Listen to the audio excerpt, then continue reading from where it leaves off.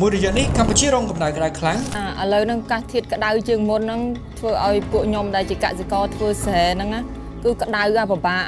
มันអាចទៅធ្វើស្រែពេញមួយថ្ងៃដូចកាលពីមុនទេបងប្អូនប្រទេសជិតខាងយើងក៏ក្តៅចំណែកប្រទេសដែលក្តៅខ្លាំងនោះគឺតំបន់ដែលនៅជាប់ខ្សែបន្ទាត់ Equator ឯណោះគឺក្តៅជាងយើងទៀតនិយាយរួមគឺហានិភ័យតែម្ដងប៉ុន្តែមានប្រទេសមួយដែលបណ្ដាប្រទេសផ្សេងទៀតគួរតែរៀនសូត្រតាមនោះគឺប្រទេសផ្សេងទៀតគួរតែរៀនសូត្រតាមនោះគឺសិង្ហបុរីពួកខ្ញុំក៏សង្កត់ថាសិង្ហបុរីមានទីតាំងភូមិសាស្ត្រគៀកប្រទេសដែលនៅក្បែរខ្សែបន្ទាត់ Equator ដែរហើយប្រហែលជាបងប្អូនបានជ្រាបហើយថាផែនដីមានកន្លងចលនាវិលជុំវិញព្រះអាទិត្យខណៈដែលផែនដីមានចំណុចប៉ោងចំខ្សែបន្ទាត់ Equator រួមទាំងកត្តាផ្សេងទៀតទើបបណ្ដាលឲ្យរយៈចម្ងាយពីកាំរស្មីនៃពន្លឺព្រះអាទិត្យសាយភាយចំតំបន់ Equator ច្រើនជាងគេប៉ុន្តែសិង្ហបុរីអាចគ្រប់គ្រងកម្ដៅបានយ៉ាងល្អបើទោះបីជាចូលដល់រដូវប្រាំងមេរលំក្នុងរលាយ៉ាងណាក៏ដោយគឺសិង្ហបុរីស្វាគមន៍មេក្ដៅបានជានិច្ច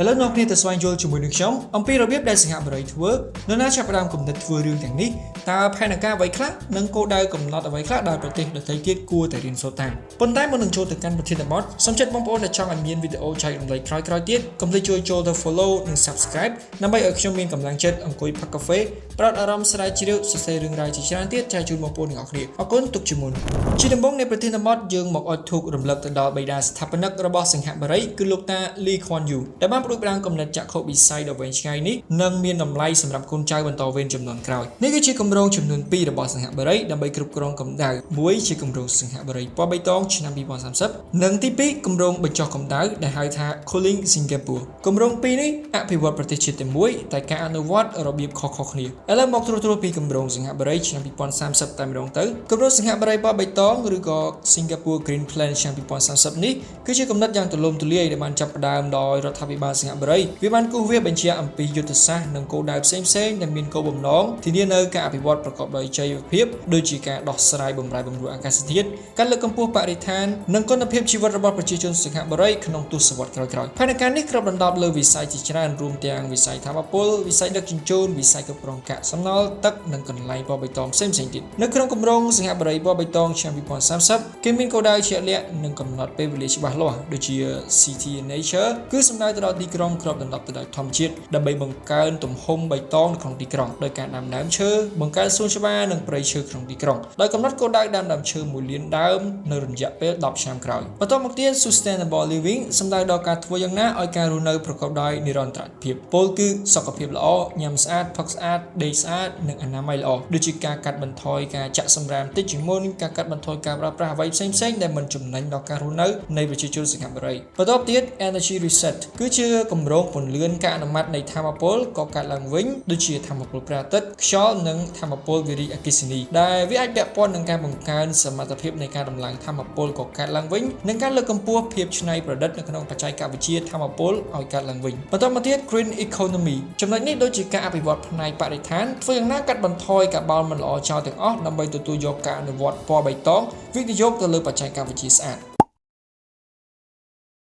រងម្ចាស់អាជីវកម្មកំពុងស្វែងរកដៃគូផ្សព្វផ្សាយបែប Digital ដើម្បីឲ្យអាជីវកម្មរបស់អ្នកកាន់តែមានប្រសិទ្ធភាពជាងមុនមែនទេប្រើប្រាស់សេវាកម្ម Khai Creative Station ឥឡូវនេះ Resilient Future កន្លែងនេះសិង្ហបុរីអាចមានបំណងពង្រឹងហេដ្ឋារចនាសម្ព័ន្ធការរៀបចំទីក្រុងនិងការគ្រប់គ្រងបរិស្ថានរបស់ខ្លួនដើម្បីទប់ទល់នឹងផលប៉ះពាល់នៃការប្រែប្រួលអាកាសធាតុដូចជាការកើនឡើងនៃកម្រិតទឹកសមុទ្រឬក៏ព្រឹត្តិការណ៍អាកាសធាតុផ្សេងៗទៀតដែលយើងមិនអាចមើលដឹងហើយដោយឡែកចំណុចទាំងអស់នេះគឺមិនទាន់លម្អិតល្អនៅឡើយទេអ្នកទាំងអស់គ្នាដោយសារតែខ្ញុំចង់លើកយកតែចំណុចត្រួសដែលពាក់ព័ន្ធជាមួយនឹងការគ្រប់គ្រងកម្ដៅរបស់សិង្ហបុរីប៉ុណ្ណោះឥឡូវចាប់ដើមវិធីសាស្ត្របញ្ចុះកម្ដៅរបស់សិង្ហបុរីឬក៏ Cooling Singapore បញ្យងតាមផុសតាងដូចជាសួនច្បារ By the Bay ឈ្នះពានរង្វាន់សួនច្បារល្អដាច់គេបរិវេណខាងក្នុងនៃទីតាំងកញ្ចក់នេះវិញអាចគ្រប់គ្រងសីតុណ្ហភាពសល់ត្រឹម24អង្សាសេនិងមានអគារជាច្រើនទៀតដែលមានសីតុណ្ហភាពចុះត្រជាក់ដោយសារតែមានប្រព័ន្ធត្រជាក់នៅខាងក្រោមដីដែលជាបណ្ដាញបង្ហូរទឹកត្រជាក់ជួយកាត់បន្ថយកម្ដៅទៅកាន់អគារពាណិជ្ជកម្មលំនៅឋានធនាគារផ្សារទំនើបសណ្ឋាគារ Marina Bay Sands និងតាមបណ្ Garuda Casino ជាដើមបើគិតត្រឹមឆ្នាំ2017រដ្ឋាភិបាលសិង្ហបុរីបានបង្កើតស្ថាប័នស្រាវជ្រាវ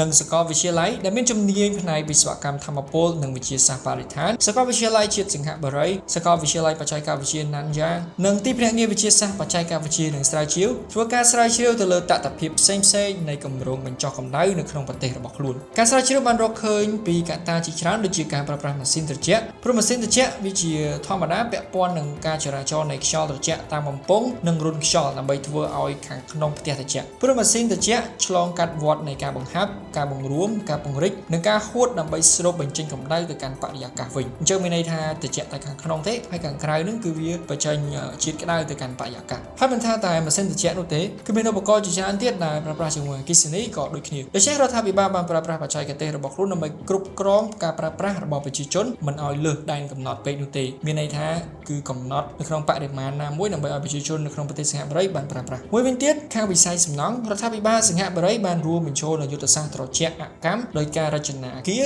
កាត់បន្ថយការពឹងផ្អែកលើភាពត្រជាក់ដែលបានមកពីការប្រើថាមពលឬក៏អគ្គិសនីផ្សេងៗមានន័យថាអត់ត្រូវការថាមពលទេគឺប្រើខ្យល់ធម្មជាតិជំនួសវិញចំណែកដំបូលគេប្រើវត្ថុធាតុដើមណាដែលមានចំណាំងផ្លាតនិងដំបូលពណ៌បៃតងឬក៏ដើមឈើឬក៏សួនច្បារនៅខាងលើដំបូលដែលជួយកាត់បន្ថយការកើនឡើងកម្ដៅវិធីសាស្ត្រនេះត្រូវបានប្រើគ្រប់ហេដ្ឋារចនាសម្ព័ន្ធពេញផ្ទៃប្រទេសម្ល៉េះហើយគម្រោងទាំងអស់នេះជាធាតុផ្សំជួយឲ្យប្រជាជនសិង្ហបុរីរួចផុតពីបញ្ហាកម្ដៅមិនដូចប្រទេសដទៃទៀតឡើយអញ្ចឹងមកតាមការសង្កេតហើយនឹងការស្រាវជ្រាវដែលបានលើកឡើងនេះគឺសិង្ហបុរីគឺជាប្រទេសមួយដែលស្រឡាញ់ធម្មជាតិដែលប្រទេសផ្សេងៗនៅលើពិភពលោកទៀតគួរតែយកគំរូតាមអញ្ចឹងកុំភ្លេច comment នៅខាងក្រោមអំពីមតិយោបល់របស់អ្នកទាំងអស់គ្នាហើយកុំភ្លេច follow និង subscribe ដើម្បីជួបគ្នាជាមួយខ្ញុំនៅវីដេអូបន្ទាប់អរគុណ stay tuned for more update